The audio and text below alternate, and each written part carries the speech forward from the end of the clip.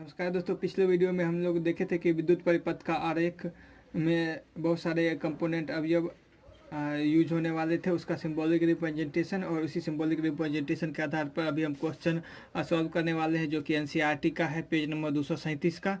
237 question कहता है कि किसी विद्युत परिपथ का व्यवस्था आरेख, मतलब कि डायग्राम बनाना है, खींचना है, जिसमें 2 वोल्ट का 3 सेलों की बैटरी, 2 वोल्ट का 3 सेलों की बैटरी, 1 सेल हो गया, 2 सेल हो गया और 3 सेल हो गया। तो 2 वोल्ट, 2 वोल्ट और 2 वोल्ट, ये 3, जिसमें 2 वोल्ट के 3 सेलों की बैटरी, एक 5 ओम, एक 8 ओम और एक 12 ओम का प्रतिरोध। तो प्रतिरोध का सिंबॉलिक कुछ इस तरह से होता है। ये 3 प्रतिरोध यूज करना है मुझे, 1, 2 और 1, 3 प्रतिरोध यूज करना। एक का मान है 5 ओम, दूसरे प्रतिरोध का मान है 8 ओम और तीसरे प्रतिरोध का मान है 12 ओम। और प्रतिरोध दिया हुआ है 8 ओम प्रतिरोध, 12 ओम प्रतिरोध तथा एक पलक कुंजी, एक मतलब एक स्विच का यूज करना है। तो एक मुझे बंद, ये स्विच है, एक स्विच का यूज करना है। सभी को श्रेणी क्रम में सुयोजित है। मतलब एक बार और क्वेश्चन पढ़ते हैं। किसी विद्युत परिपथ का मुझे व्यवस्था आरेख खींचना है, जिसमें 2 वोल्ट के 3 सेलों की बैटरी, एक 5 ओम प्रतिरोध, एक 8 ओम प्रतिरोध, एक 12 ओम प्रतिरोध तथा एक पलक कुंजी यानी कि स्विच, सभी को श्रेणी क्रम में संयोजित करना है। तो ये मुझे दिया गया है और इसी सब का यूज करना है। मुझे एक सर्किट डायग्राम बनाना है। तो चलिए स्टार्ट करते हैं सर्किट डायग्राम बनाना। जैसा कि दिया हुआ है, तो 3 सेल है और 2-2 वोल्ट का। तो पहले सेल का कनेक्शन करते हैं। 1 सेल, 2 सेल और 3 सेल, ये सेल का कनेक्शन हो गया। ये पॉजिटिव टर्मिनल और ये नेगेटिव टर्मिनल, इस तरह से। तो एक सेल 2 वोल्ट का था और 3 सेल है, तो ये बैटरी जो मेरा सेलों के समूहन से बना है, इसका ये जो 6 वोल्ट का होगा। उसके बाद क्या कहता है कि 3 प्रतिरोध लगाना है, एक 5 ओम, 8 ओम, 12 ओम का 3 प्रतिरोध। तो 3 प्रतिरोध ले लेते हैं। 1 प्रतिरोध, 2 प्रतिरोध, 3 प्रतिरोध। एक ये 5 ओम का प्रतिरोध है, ये 8 ओम का प्रतिरोध है और ये 12 ओम का प्रतिरोध है। और क्वेश्चन में क्या करना है कि सभी का संयोजन श्रेणी क्रम में करना है। श्रेणी क्रम, जब श्रेणी क्रम में संयोजित करने के लिए कहेगा तो क्या करेंगे कि एक ही तार में सबको कनेक्शन कर देंगे। एक ही तार में अगर सबका कनेक्शन हो गया तो श्रेणी क्रम संयोजन कहलाएगा। जैसे कि मुझे एक तार लेना है और उसी में 5 ओम का, 8 ओम का, 12 ओम का 3 प्रतिरोध जोड़ना है। तो क्या कैसे करेंगे, एक बड़ा सा तार लेंगे, उसमें से थोड़ा सा सिरा काटेंगे, कुछ इस तरह से, कुछ इस तरीका से बचेगा। तो यहाँ पे ये उठा के और यहाँ पे सिंपल लगा देना है। तो ये मेरा 5 ओम का कनेक्शन हो गया। तो फिर बीच से थोड़ा सा काटेंगे और दूसरा प्रतिरोध लगा देंगे, ये 8 ओम का हो जाएगा। और फिर थोड़ा सा काटेंगे इसको और एक 12 ओम का लगा देंगे। तो श्रेणी क्रम में ठीक इसी प्रकार का संयोजन होता है। तो ये आपस में संयोजन हो गया। तो मुझे 3, 5 ओम, 8 ओम और 12 ओम का प्रतिरोध का कनेक्शन हो गया और एक बैटरी का हो गया। और इसमें मुझे क्या लगाना है, एक स्विच लगाना है। तो स्विच का एक संयोजन कर देते हैं, बैटरी, और यहाँ पे एक स्विच लगा देते हैं। सब श्रेणी क्रम में है, तो सब श्रेणी क्रम में है तो एक ही तार से सबका कनेक्शन हो जाएगा। एक ही तार से सभी का कनेक्शन कर देंगे। तो ये मेरा कनेक्शन हो गया। स्विच ऑन करेंगे, इससे इस तरीक़ा से पॉजिटिव टर्मिनल की तरफ से करंट चलने लगेगा। यही करंट कुछ इस तरह से फ्लो होते हुए कुछ इस तरीक़ा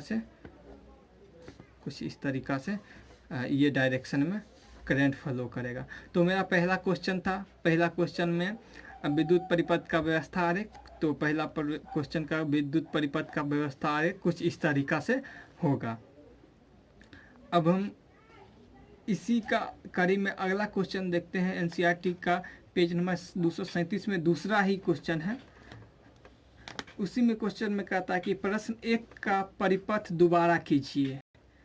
तो प्रश्न 1 का परिपथ जो दिया, इसका परिपथ हम जो खींचे थे इसको दोबारा खींचना है, और जिसमें प्रतिरोधकों से प्रवाहित विद्युत धारा को मापने के लिए एक आमीटर तथा 12 ओम एक आमीटर लगाना है, तथा 12 ओम के प्रतिरोध के सिरों के बीच विभवांतर मापने के लिए वोल्ट मीटर लगाइए। एमीटर तथा वोल्ट मीटर के रीडिंग लीजिए। पाठ्यांक मतलब कितना रीडिंग है। तो इसको आसानी से समझते, इसको सॉल्व करते हैं। जैसा कि हम देखे थे कि पहला क्वेश्चन में विद्युत परिपथ कुछ इस तरीका से था, तो इसको हम बना लेते हैं। कुछ इस तरीका से था, और ये मेरा एक 2 वोल्ट, फिर 2 वोल्ट, फिर 2 वोल्ट, यानी कि कुल मिला के 6 वोल्ट का बैटरी हो गया। और ये मेरा स्विच हो गया। ये मेरा 5 ओम का प्रतिरोध हो गया, ये 8 ओम का प्रतिरोध हो गया, ये 12 ओम का प्रतिरोध हो गया। इसको सिंपली कनेक्शन करना था श्रेणी क्रम में, तो श्रेणी क्रम में संयोजित करने के लिए एक ही तार से सबका संयोजन हो जाए तो श्रेणी क्रम संयोजन करना है। तो क्वेश्चन मेरा था मेनली कि प्रश्न परिपथ दोबारा खींचिए तथा इसमें प्रतिरोधकों से प्रवाहित विद्युत धारा का मापने के लिए एमीटर लगाइए। तो आमीटर का कनेक्शन कैसे होता है? आमीटर तो कुछ इस प्रकार का होता है। तो आमीटर को हम जानते हैं श्रेणी क्रम में जोड़ते हैं। तो इसको जोड़ने के लिए क्या करेंगे, जिस वायर जो होता है चालक तार कुछ इस तरह से होता है, तो चालक तार को कुछ 20 से कुछ तरह इस तरह से काट देंगे, 20 से काटेंगे, और इसमें से एक सिरा यहाँ पे जोड़ देंगे, एक सिरा यहाँ से जोड़ देंगे। मतलब कुछ इस तरीका से चालक तार में आमीटर जुड़ गया। तो ये मेरा चालक तार है, और यहाँ पे आमीटर को जोड़ दिए। क्योंकि सब श्रेणी क्रम संयोजन है तो एक ही तार में सबका कनेक्शन हो गया। ये प्लस और माइनस, इससे कुछ तार जाएगा। और साथ ही साथ हमें एक 12 वोल्ट जो 12 ओम का जो प्रतिरोध है उसके यहाँ पे विभव को मापने के लिए एक वोल्ट मीटर लगाना है। तो यहाँ पे वोल्ट मीटर का कनेक्शन कैसे होता है? पैरेलल में होता है। जैसे कोई एक तार है और यहाँ का वोल्टेज मापना है, तो क्या करेंगे, यहाँ से पहले वोल्ट मीटर का कुछ इस तरीका से होता है। तो एक तार कुछ यहाँ पे लगा देंगे और एक तार यहाँ पे कर देंगे, तो ये समांतर क्रम में जुट गया। जैसे कोई प्रतिरोध है R, इसके पैरेलल मुझे वोल्टेज मापना है, तो क्या करेंगे, वोल्ट मीटर इसके पैरेलल लगाएंगे और एक कनेक्शन एक यहाँ पे कर देंगे और एक यहाँ पे कर देंगे। ठीक इसी प्रकार मुझे 12 ओम प्रतिरोध के एक्रॉस वोल्टेज मापना है, तो यहाँ पे वोल्ट मीटर को लगा देंगे।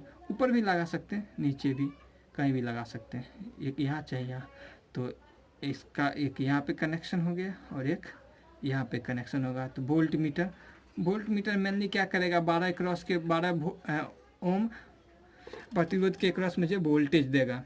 और आमीटर इस जो सर्किट में जो करंट फ्लो हो रहा है, इसको मान लेते हैं I करंट फ्लो हो रहा है, उसको मेजर करके देगा।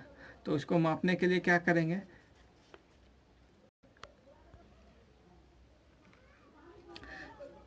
तो आमीटर और वोल्ट मीटर का रीडिंग निकालना है। तो हम ओम के नियम से एक फार्मूला जानते हैं। ओम के नियम से, ओम का नियम जो होता है वोल्टेज करंट में रिलेशन स्थापना करता है। तो ओम के नियम से फार्मूला जानते हैं कि voltage equal to current multiply register. I हो गया करंट, R हो गया प्रतिरोध। तो यहाँ पे प्रतिरोध क्या है, 5 ओम, 8 ओम और 12 ओम, तीनों श्रेणी क्रम में जुड़ा हुआ है। तो जब श्रेणी क्रम में जुड़ा रहेगा तो हम क्या करेंगे कि तीनों प्रतिरोध के बदले हम एक प्रतिरोध लगा सकते हैं। R निकालना है, तो R इक्विवेलेंट निकालने के लिए क्या करेंगे कि जब ये बात हम ध्यान में रखेंगे, अगर श्रेणी क्रम में जुड़ा हुआ हो, एक ही तार से सब प्रतिरोध जुड़ा हुआ हो, तो उस प्रकार का संयोजन श्रेणी क्रम संयोजन कहलाता है। तो उसका इक्विवेलेंट निकालने के लिए तीनों के बदले एक प्रतिरोध लगाने के लिए सिंपल अलजेब्रिक सम कर देंगे, सिंपल समेशन कर देंगे। तो सिंपल समेशन R, श्रेणी क्रम संयोजन के लिए फार्मूला होता है R1 plus R2 plus R3 plus dot dot dot. ये श्रेणी क्रम संयोजन के लिए विभिन्न प्रतिरोध को श्रेणी क्रम में संयोजन करने के लिए उसके फार्मूला होता है। तो तीनों के बदले में एक प्रतिरोध लगा सकते थे। ये 5 ओम का, ये 8 ओम और ये 12 ओम। तो 12 8 20 5 25, आर इक्विवेलेंट इक्वल टू क्या हो गया 25 ओम। तो यहाँ पे voltage V equal to I R और I का मान निकालना है। तो V दिया हुआ है प्रश्न से 6 वोल्ट, I का मान निकालना है और R इक्विवेलेंट मुझे पता चल गया 25 ओम। तो I का मान क्या हो जाएगा, I का मान 6/25 वोल्ट पर ओम एम्पियर होता है। तो यानी कि 6/25 यानी कि 0.25 एम्पियर करंट। तो इसमें आमीटर का रीडिंग क्या हो जाएगा 0.25 एम्पियर। और 12 एकरो अब मुझे वोल्ट मीटर का रीडिंग निकालना है। तो वोल्ट मीटर का रीडिंग निकालने के लिए V equal to I R formula जानते ही हैं 12 वोल्ट के अक्रॉस। तो यहाँ पे करंट पूरे सर्किट में करंट सेम ही रहेगी 0.25 एम्पियर की ही करंट पूरे सर्किट में फॉलो करेगी। तो आई का मान हो गया 0.25 और आर का मान वो लेंगे जिसके अक्रॉस मुझे वोल्टेज निकालना है। तो आर का मान हो गया 12 ओम।